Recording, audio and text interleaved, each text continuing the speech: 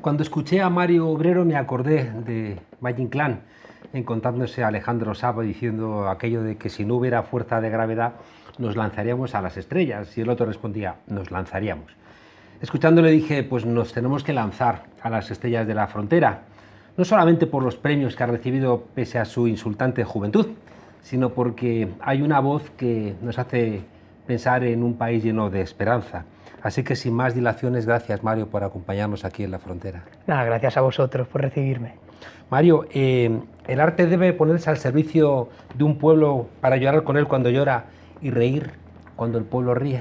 Yo creo que es así, y que además no es solo que está al servicio del pueblo, sino que no debe sucumbir muchas veces a las simplificaciones en las que vivimos y en las que se genera el discurso dominante. Creo que es capaz la poesía de estar a un servicio, pero sin necesitar de todas esas cosas como es el binarismo o como es la falta de memoria, como es el olvido. Yo creo que la poesía está al servicio siendo transgresora y yendo un paso más allá de aquello que nos simplifica y de aquellas convenciones arcaicas a las que estamos aferrados. Decía alguien a quien tú admiras mucho que en los tiempos dramáticos en los que vivía había que dejar el ramo de azucenas y meterse en el fango hasta la cintura para ayudar a los que buscan las azucenas. Es que y dice Rilke, que toda obra de arte nace de la necesidad, y es clara la necesidad, además colectiva, entendiendo que la poesía no puede ser algo que concierna a la propiedad ni que concierna en ningún momento a los modos de producción actuales, que la poesía es conjunta desde el momento en que se escribe para ser escuchada, y es desde el momento en que el discurso es un discurso de cuidado hacia el demás, hacia el prójimo, y de una especie de generar capacidad de esperanza y capacidad de otro horizonte. ¿Cómo es útil la poesía? Pues la poesía no es útil de la manera en que es útil cualquier móvil o cualquier ordenador o cualquier ropa o prenda que podamos adquirir ahora mismo en esta calle. No, porque la utilidad la estamos concibiendo o se concibe, es la tendencia mayoritaria, se concibe desde el modo de producción y se concibe desde el capitalismo, pero claro, si hablamos de utilidad, hablamos de eficiencia, o la utilidad es competitiva, entonces la poesía no es útil. Pero tampoco son las lenguas útiles. Es que la utilidad es más primigenia y es mucho más importante. La utilidad de la poesía es mantener una conversación aún pendiente entre el pasado, el presente y el futuro. Romper y transgredir esas visiones confinadas de los tiempos y conseguir hacer una reunión y una asamblea poética que se nutra y que sea capaz de aportar horizontes mucho más esperanzados. La poesía abre imaginarios que la ciencia no los abre. Es como las puertas de Leonora Carrington, que tenía en sus cuadros, que son puertas y puertas y puertas abiertas. Creo que es así absolutamente, y que además es una apertura total y atemporal y universal. Decía precisamente, y lo llevas ahora en la camiseta, Lorca, en 1923, cuando escribe Mariana Pineda, hace ese monólogo final que es maravilloso. No puede ser cobardes, quien manda dentro de España tales villanías. ¿Qué crimen cometí? ¿Por qué me matan? ¿Cuál es la razón de la justicia? La bandera de la libertad borde el amor más grande de mi vida. Esto lo dice Lorca una década antes de ser fusilado el 18 de agosto en el camino a Biznar, en Granada. Lorca es capaz, una década antes de su asesinato, de hablarnos de esas villanías que se acometen dentro de España, y es capaz de hoy día seguir resonando y seguir en una lúcida presencia. ¿Qué diferencia la poesía comercial de la que no lo es? Yo creo que bastante, que todo, ¿no? La poesía comercial... Sin embargo, tú no desprecias la poesía comercial. No, porque creo que vivimos en un momento, a lo mejor en que el solo hecho de recurrir a la poesía, en un mundo de la tragedia, en un mundo donde no somos más que fuerza de trabajo, decidirse por la poesía, venga de donde venga, ya es algo revolucionario. Por el buen camino. Claro, sí. Y luego lo que pasa es que los caminos pues son amplios, y los caminos están llenos de senderos, algunos más tortuosos y algunos quizá algo más allanados y asfaltados. No sé yo cuál es el correcto, pero la cuestión es estar en el camino, que ya es difícil y ya es subversivo. Me parece entender que estás diciendo que el que lee, no sé, poesía de la experiencia puede terminar experimentando la poesía. Claro, pero porque hay algo en la experiencia que es inevitable en lo poético. La experiencia no solo propia, sino la experiencia común, la experiencia colectiva. La poesía te otorga la capacidad de estar en aquellos lugares en los que ha estado Cernuda y de estar ocupando la visión de María Zambrano, por ejemplo. La poesía es una experiencia que no entiende del individuo, que no entiende del tiempo vivido, sino que también habla y concierne a tiempos anteriores y a tiempos futuros, la capacidad de escribir y de edificar el futuro propio. Escribes que el poeta es alguien que no sabe qué o por qué, pero sabe cómo. Y leyendo tu libro lo he visto lleno de plantas, de aquilea, malvavisco, azahar, granadas, hierbas viejas, quingombó. No serás un druida. No, de hecho yo creo que lo de las plantas quizás sea por vivir en Getafe, por vivir en el núcleo industrial donde por desgracia, y vamos consiguiendo, pero no tenemos muchas plantas. Entonces también la poesía nutre aquello que no está presente y la poesía hace que en este libro salga el mar y salga el quingombó que no crece en los barrios de Getafe. Qué difícil es decir ventrículo y aurícula. ¿Qué palabras son difíciles de decir, Mario? Es que las palabras parece que no son difíciles de decir, pero igual que la memoria es importante en la poesía, también lo es en la etimología y en la palabra. Si ahora dijésemos que un ratón ciego anda por el aire, ya habría quien con las manos en la cabeza diría que eso es surrealismo y que eres un autómata. Bueno, es que un murciélago no es otra cosa que el mus muris caecum, es el ratón ciego. Esa es la etimología. Entonces existe toda una memoria de la palabra que nos llega hasta hoy y que hace que todo sea mucho más comprensible y que todo en realidad tenga un entendimiento que a lo mejor no es la lógica principal y dogmática, pero que también es igual de lícita y es igual de importante. Es como esos juegos para los niños que vas escondiendo papelitos con pistas detrás de una piedrecita, ¿no? Al lado de un árbol, debajo de una raíz. Claro, es que la poesía tiene mucho de misterio y mucho de juego, es lúdica en su creación y también en su lectura. Y como decía nuestra amiga y como decía la poeta Guadalupe Grande, el bosque de las certezas ardió hace 3 noches y yo he venido a pregonar la escarcha de la duda. Oye, en tu libro están las brigadas internacionales, los confederados, está Trump y su lucha contra la sanidad pública y todas las armas que hay en aquel país. Porque en la poesía sucede que es mucho más natural tener una memoria colectiva, algo que quizá en esta sociedad nuestra, que es una anomalía, no sucede. O sea, la poesía no pasa como en las calles de Ubieu, donde se ha cambiado Federico García Lorca por Calvo Sotelo. La poesía no pasa como en el cementerio de la Almudena, donde quitan las placas de Miguel Hernández. La poesía cabe en los brigadistas taiwaneses, que a duras penas aprendían el himno de riego, como cabe hacer poemas a María Alonso Ruiz o a cualquiera de los 114.226 desaparecidos y desaparecidas que hay en las fosas comunes de este país. Es algo propio de la poesía. La memoria es que ya los griegos nos avisaban, y los griegos yo creo que no eran un atajo de radicales ni de extremistas. Creo que cuando los griegos hablaban que la madre de las musas es la diosa Nemósine, que es la memoria, o cuando decían que la verdad es la aletheia, que es la carencia de olvido, ya nos estaban avisando de la importancia fundacional de la memoria en el acto poético. Eso nos contaba nuestro mejor maestro, que era Jesús Ibáñez, y seguramente no puede ser un buen sociólogo sin ser un buen poeta. Oye, también aparecen los exiliados, ¿no? Como yendo y viniendo en este libro. Y de la mano de los exiliados aparece el gallego, que es una lengua que sabe, por desgracia, mucho del exilio y mucho de la diáspora y mucho de la salida. Sí, porque en una situación en la que uno sale, como en este poemario que está escrito na outra beiriña do Atlántico, está en la otra orilla, sientes esa carencia, esa dejadez, ¿no? Dejas de pertenecer a algo. Y es todo una situación voluntaria y de beca y completamente elegida. Entonces se te supone que cuando haces esto mismo, forzado por la tragedia y forzado por el horror, pues tiene que ser una cosa totalmente terrible, ¿no? Hay muchas cosas en el libro que no entiendo, pero hay una que se me torna especialmente incomprensible, que es medir la leche en galones, que son 3,78 litros. Es que todo, no lo entiendo. Todo en América es grande, pero yo tampoco lo entendía y era maravilloso. Uno de los libros que me acompañó fue Las memorias de Mayakovsky, que le pasaba igual. El pobre Mayakovsky llega en el 25 a Nueva York y se dan cuenta que los americanos pagan peniques para que les enseñen a decir palabrotas en ruso. Y a mí me pasaba igual, que llegar a ese sitio donde la leche se vendía en galones y donde los coches eran monstruosidades, pues era una cosa totalmente ignota e incomprensible. Hablando de coches, tu corazón tiene una lengua donde los herreros acuden sin darse cuenta. ¿Qué es ser un poeta, Mario? ¿Qué es ser un poeta? ¿Qué es ser un poeta? Ser un poeta pudiera ser muchas cosas y además tenemos toda una genealogía de de cosas maravillosas que se ha dicho sobre la función del poeta y sobre la poesía. Yo no sabría cómo dar una acepción de diccionario de Real Academia Española para definir al poeta. Sin embargo, pienso, desde la humildad de un estudiante de segundo de bachillerato en un instituto público, que no hay poeta, no lo conozco yo, que haya mandado al exilio a nadie. Pero hay poetas, desde Ovidio hasta León Felipe, que han estado en el exilio. No hay poeta que haya metido en la cárcel a alguien por pensar o por ser quien es.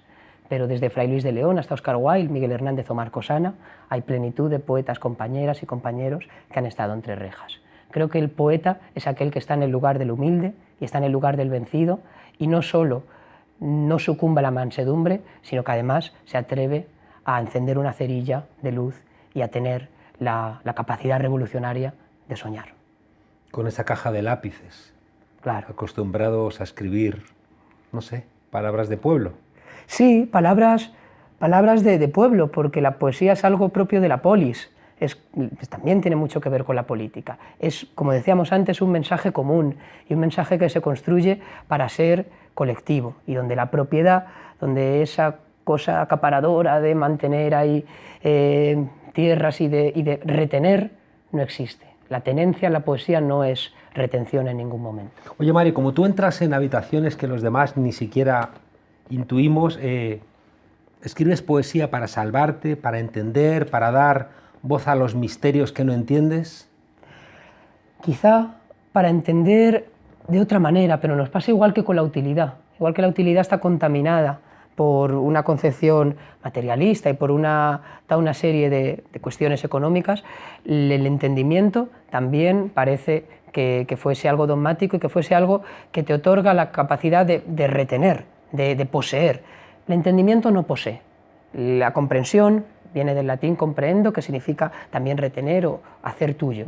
Yo creo que el entendimiento poético es algo mucho más de entre iguales, que puedes entender la hierba como la entendía Walt Whitman y no poder hacer acepciones de diccionario y no ponerle nombre a todo, porque el misterio también forma parte de la complejidad y de la naturaleza humana.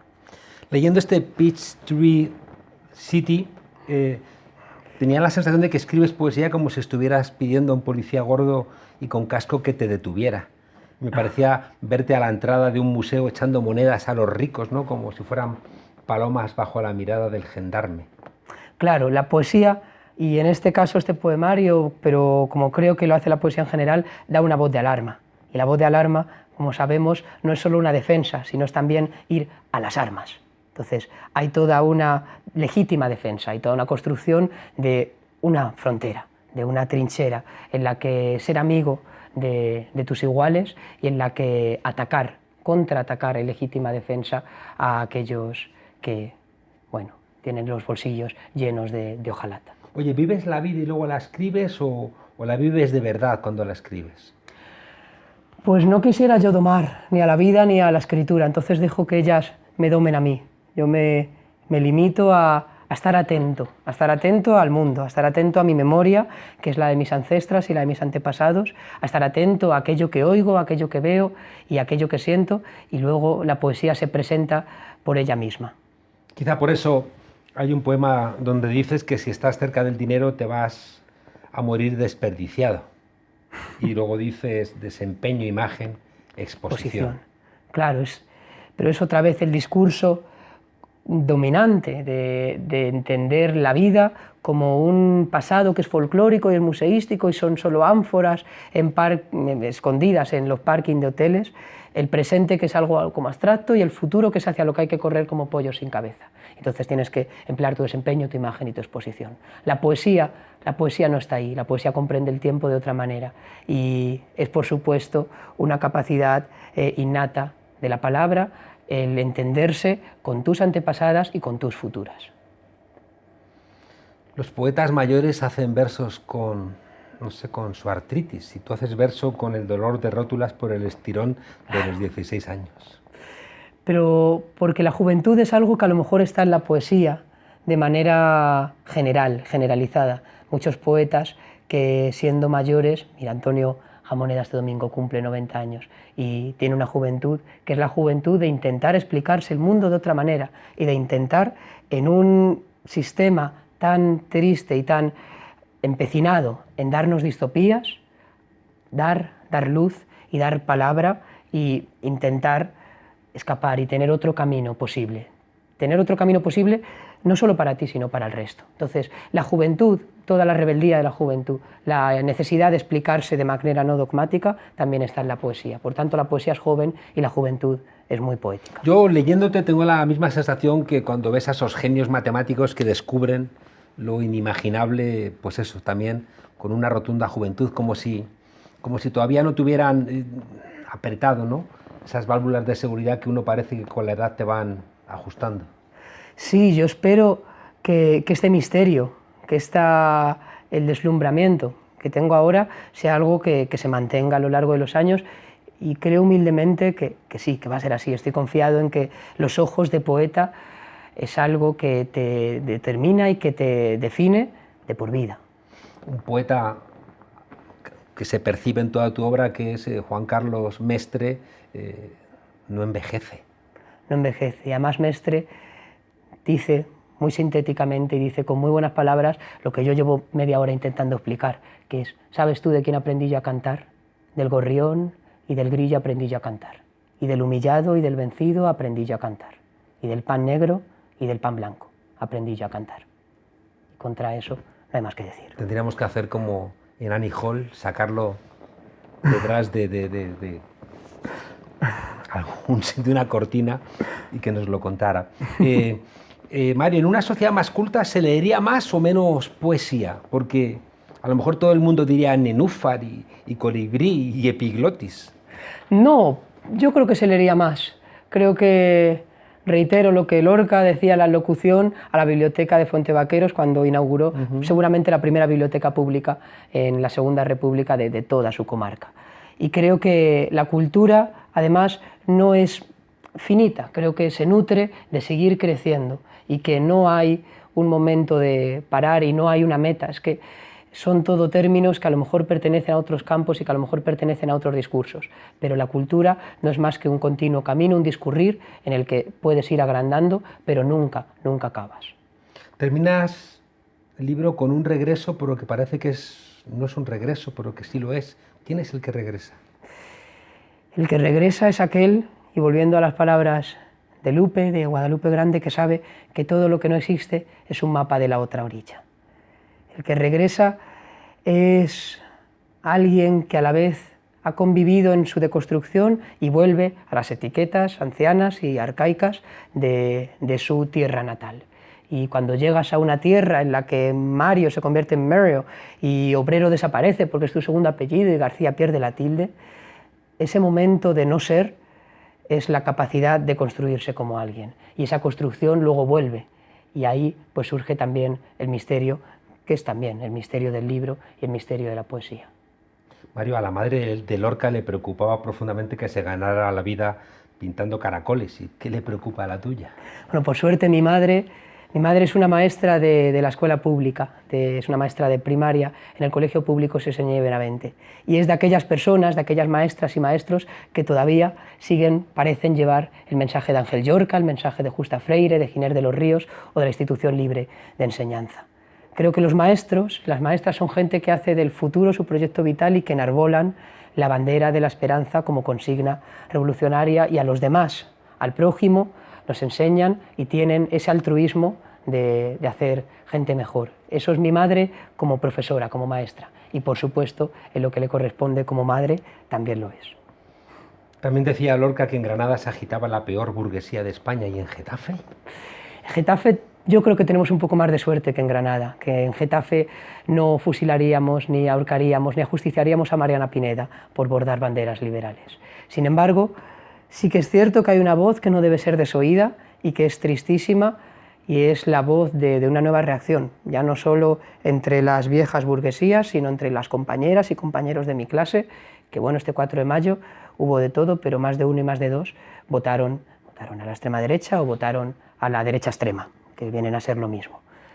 Sin embargo, confío en la memoria de la tierra y confío que Getafe, como cualquier ciudad del núcleo sur, es una ciudad que genera, que produce, que es clase obrera no solo para hacer aviones, no solo para hacer bolsos, no solo para otorgar y dar servicios, sino también para generar discursos poéticos, discursos políticos y para generar una gran dignidad humana.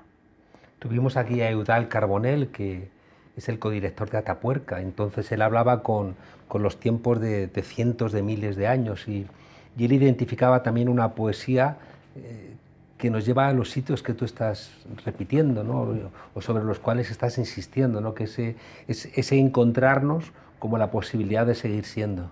Claro, y además de seguir siendo en el acto de crear. Es que la poesía viene del griego poiesis, y poieo no es otra cosa que crear, hacer, producir. Entonces la poesía es un acto de producción y de generar, no solo por parte del que la escribe, no solo por parte del que coge el boli y planta y se dedica a arar en los papeles, sino también del que la escucha, del que la hace suya, del que abre su corazón para dejar que los versos habiten y que sean propios. Me decía alguien que el mejor lugar para un joven era militar en algo que te lleva a estar organizado y tener conciencia, y yo siempre digo que puede ser en un partido, pero que también puede ser en la poesía, y escuchándote, qué lugar hermoso para militar. La poesía se milita y la poesía uno es activista, que ahora parece que la palabra activista es peyorativa. Definitivamente hay que ser activista en la poesía, porque la poesía no se muestra, sino que se expresa, pero cogiendo esa voz de alarma de la que hablábamos antes. Noto tu poesía en lucha. Sí, claro, pero porque quizás esté yo también en lucha dentro de mi juventud y dentro, entendiéndome en el conjunto y entendiéndome en la sociedad. Es inevitable que las luchas que hay en la calle, que las luchas que hay en nuestra conciencia no sean tampoco las luchas o el compromiso que hay en la poesía. Mario, si no hubiera fuerza de gravedad, nos lanzaríamos a las estrellas. Sin lugar a duda. Gracias por acompañarnos. Gracias a vosotros.